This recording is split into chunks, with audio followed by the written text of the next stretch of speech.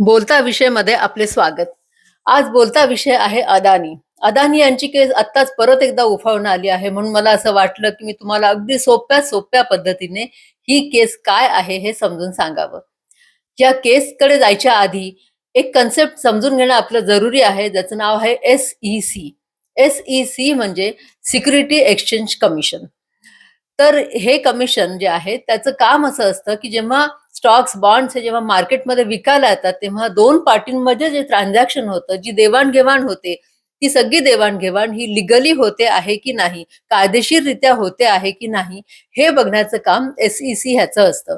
इन्व्हेस्टर्सना कधी काही प्रॉब्लेम आले, कधी काही संशय आला, तर ते सोडवण्याचं काम किंवा त्याच्यावर ॲक्शन घेण्याचं काम हे सुद्धा SECचं असतं.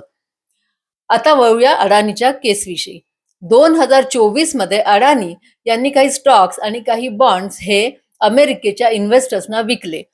ते विकायचं कारण म्हणजे सौर ऊर्जा प्रोजेक्ट किंवा सोलर पॉवर प्रोजेक्ट.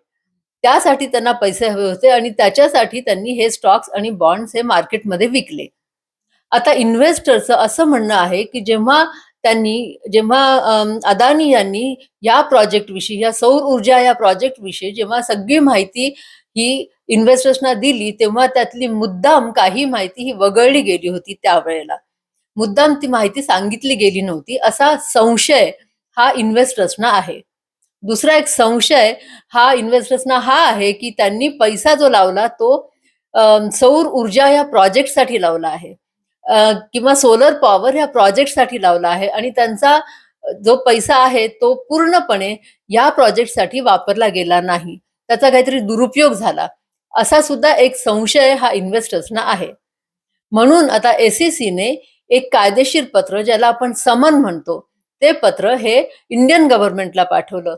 हे इंडियन गव्हर्नमेंटला पाठवायचं कारण हे इंटरनॅशनल दोन देशांमधले ट्रान्झॅक्शन्स आहेत, म्हणून ते डायरेक्ट अदानीपर्यंत न जाता ते इंडियन गव्हर्नमेंट तर्फे अदानीपर्यंत हे लीगल पत्र पोहोचवण्याचा प्रयत्न करत होते. त्यांनी हा प्रयत्न दोनदा केला, पण इंडियन गव्हर्नमेंटने हे पत्र अदानीपर्यंत पोहोचवलं नाही. इंडियन गव्हर्नमेंट म्हणतं की आम्ही ते पत्र अदानीपर्यंत पोहोचवलं नाही, कारण तुम्ही जे कायदेशीर पत्र पाठवलं होतं, जे समन पाठवलं होतं, ते इनकम्प्लीट होतं, ते अपूर्ण होतं, त्याच्यामध्ये काही काही गोष्टी मिसिंग होत्या, म्हणून आम्ही ते पत्र अदानीपर्यंत पोहोचवलं नाही.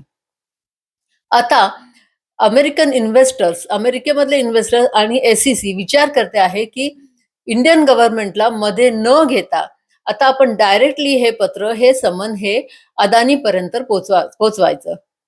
आता परवाच अशी एक न्यूज आली की अदानीपर्यंत हे समन पोचलं आहे.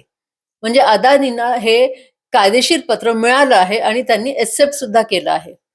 आणि त्याच्यानंतर त्यांनी एक अमेरिकन लॉयर सुद्धा हायर केला आहे, जो या सगळ्याची माहिती काढेल आणि कोर्टामध्ये त्याविषयी बोलेल.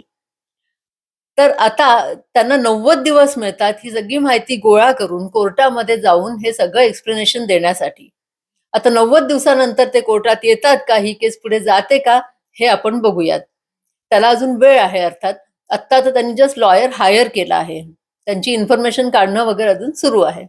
तर आत्तापर्यंत ह्या केसमध्ये एवढंच झालंय.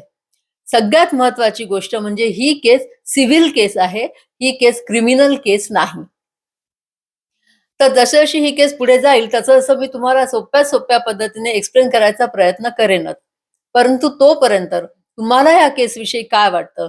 तुम्हाला या SEC विषयी काय वाटतं? इंडियन गव्हर्नमेंट विषयी काय वाटतं? अदानी विषयी काय वाटतं? हे तुम्ही कमेंटमध्ये नक्की सांगाल. आज बोलता विषयमध्ये एवढंच. परत भेटूया नवीन विषय घेऊन ह्याच चॅनलवर. Thank you.